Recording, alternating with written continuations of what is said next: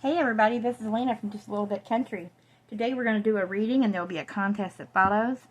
You're going to tell me who the characters are, the name of the book, and who wrote the book.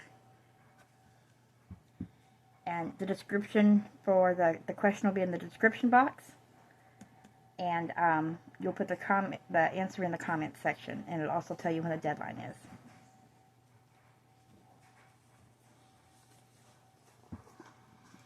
Neither of us said anything until we reached the quiet sanctuary of the root cellar. It was a small room dug under the house, pungent with the scent of long braided strings of onions and garlic that hung from the rafters.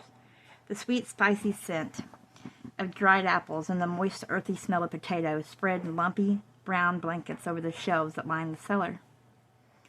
Do you remember telling me to plant potatoes? Jenny asked, passing a hand lightly over the clustered timbers. They were a lucky thing. 'Twas the potato crop kept us alive more than one winter after Culloden. I remembered all right. I had told her as we stood together on a cold autumn night about to part, she to return to a newborn baby, I to hunt for Jamie, an outlaw in the Highlands, under sentence of death. I had found him and saved him, in Lollybrook, evidently, and she had tried to give them both to Leary. Why, I said softly at last. I spoke to the top of her head, bent over her task. Her hand went out with regulatory of clockwork, pulling one onion from the long-hanging braid, breaking the tough, weathered stems from the plat and tossing it to the basket she carried. Why did you do it? I said. Why did I do what?